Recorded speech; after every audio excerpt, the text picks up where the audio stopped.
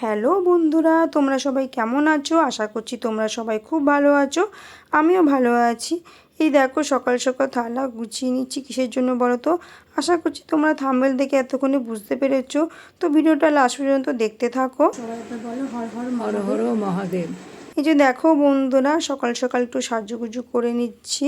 লাল পাড় সাদা শাড়ি পরে বাবার মাথায় জল ঢালবো বলে আমার ফাইনালি সাজুগুজু কমপ্লিট হয়ে গেছে। এই যে দেখো থালাটাও আমার গুছানো হয়ে গেছে। এটা শ্রাবণ মাসের প্রথম সোমবার আমি বাবার মাথায় জল ঢালবো। তো এবার দেখো আমার ফাইনাল লুকটা দেখো, তোমরা বলো কেমন লাগছে আমাকে। আর এই শিব ঠাকুরটা হলো আমি তারকেশ্বর থেকে নিয়ে এসেছি। আমি বাবার খুব বড় ভক্ত। আমার তো শিব ঠাকুর খুবই প্রিয়।